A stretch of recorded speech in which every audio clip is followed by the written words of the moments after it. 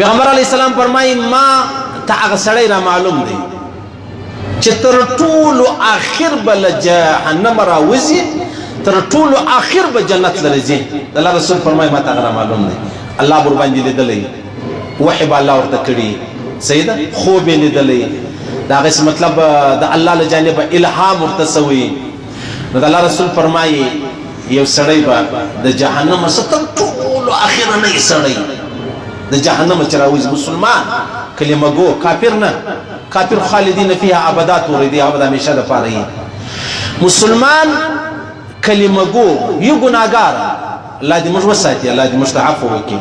دغه د ګناو د وجه بیا الله رب العزت دا مسلمان څو عمر جهنم ته واچي جهنم دی د مسلمانانو د پاره جهنم د مسلمانانو د پاره دی څوک کال دي څوک دوه دي څوک پنځه دي څوک لاس دي څوک سل دي خو یو ورځ به د جهنم راوځي پیغمبر اسلام فرمایي داسې کسان شته 2000 کاله په جهنم کې بیا به الله د جهنم راوباسي د خپل کلمې د خپل ایمان د وجه حسن بصری وجړل خبر سو په خبره ولی الله کچیر ما ته دا ویل سلو چې هغه ته 2000 کاله په جهنم کې تیرې وي د ډیر خوشحالي چې جهنم ته ورځم زبګر سمړسم چې الله ما سي ایمان وانه خلي مر د ایمان څومره زیات کوو مشکل ایمان ته د ایمان په شکل کتلې دی الله څومره لوی نعمت را کړی د ابد الاباد کامیابی نعمت الله را کړی دی وای 2000 کاله چې الله ما جهنم ته اچي وای زه د ډیر خوشحالي مرسم زه شکر دې رسول د جهنم راوځم د الله رسول فرمایي یو سړی به د جهنم سره راوځي پس کېدلو پر نس باندې د الله سونه بلګي لکه څه چې یو غاری سره راوځي یو سړی مطلب تر دې ځان رسي تنگ ځای داسې به دی راوځي چې راوځي الله ته وایي چې الله ما ته جنت راکړه الله ورته فرمایي ورسه جنت د چې جنت دروازې لره راشي الله یې په ذکر واچي چې جنت وډاک د جنت دیواله راشي الله یې په ذکر واچي چې جنت وډاک بیرته راشي الله جنت ټاک دی ډېر رش دی ځای نسته الله بیا ورته فرمایي ورسه جنت لره ځه ورسه دی بیا راشي بیا الله په ذکر دا خبر ورواچي بیا راشي الله ته وایي الله جنت راکړه الله څو ته وایي الله ورته فرمایي ورسه جنت لره دا چې څه جنت دی دا خو در کوم د غمره نور سره در کوم لکه دا دنیا لاسواره دومره جنت چې څه دی هغه خو در کوم یو لکه دا دنیا لاسواره نور جنت هم در کوم الله رسول فرمایي دا سړی و الله ته وایي الله ته ما سره مسخرې کوي ته زما سره مسخرې کوي ته ما ته جنت دونه در کوم هغه څه ډک دي زه چیرې ولاړ سم د الله رسول فرمایي عبد الله بن مسعود فرمایي د الله رسول ډیر وخندل چې دلته دی وایي الله ته زما سره مسخرې کوي او هلته جنت ډک دی دلته الله ورته فرمایي دا جنت څه کوي لکه دا دنیا الله سواره نور هم در کوم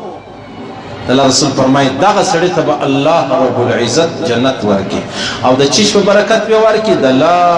اله الا الله محمد رسول الله د لا اله الا الله ورد ډیر کوي ډیر ورد کوي موسی علی السلام الله ته ویلي الله یو دای توري خوراور شای چې زه هغه توري وایم ولرسمه دای توري راور شای چې زه هغه توري وایم ما او تاسو سره رابطای لکه یو سړی خپل شخصي نمبر راو بس موبایل بیا ملګری ته ورکې ما او تاسو پر دې مجلس سره کو یا کور بچانو ته یا ورور ته یا مور پلار ته بل ته نو دې مجلس سره کې حضرت موسی علیه السلام الله ته ویل ته ما ته داسې توري راور شای الله ورته فرمایله لا اله الا الله ډیر وای هغه هغه جهان وای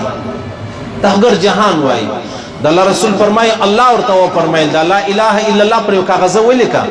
د الله رسول فرمای الله فرمای زما د ذات څخه علاوه که عرش دی که کرسی ده که ومځکې دي که واسمانونه دي دا ټول د ترازو په یوه پله کې کښېږده پر کاغذه باندې لیکل سوي دي لا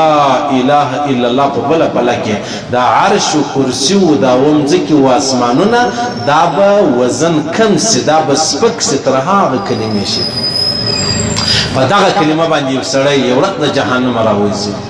پیغمبر علیه السلام فرمایي داسې وخت به راشي په جهنم کې د الله له جانبه به فرشته اعلان وکړي هغه سړی د جهنم راوځي چې په ټول ژوند یې د الله جل جلاله څه یو واره بیرېدلی دی په ټول ژوند له الله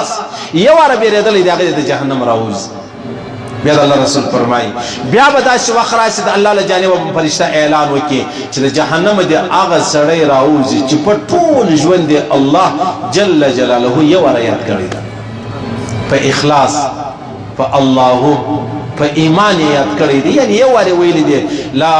اله الا الله هغه د جهنم راوځي معمولی خبره ده دا هغه تورې تیارې څه دا هغه اور څه دا هغه عذاب څه دا هغه سختۍ څه په لا اله الا الله ما ورته راوځو لیکن لا اله الا الله زما ستا قسمونه سو موږ د قسم په توګه وایو د ذکر په توګه نه وایو د ایمان په توګه نه وایو د جهنم څخه د خلاصون په توګه مش قطعا چې دی هغه نه وایو اوس واس دا خبر مخاطب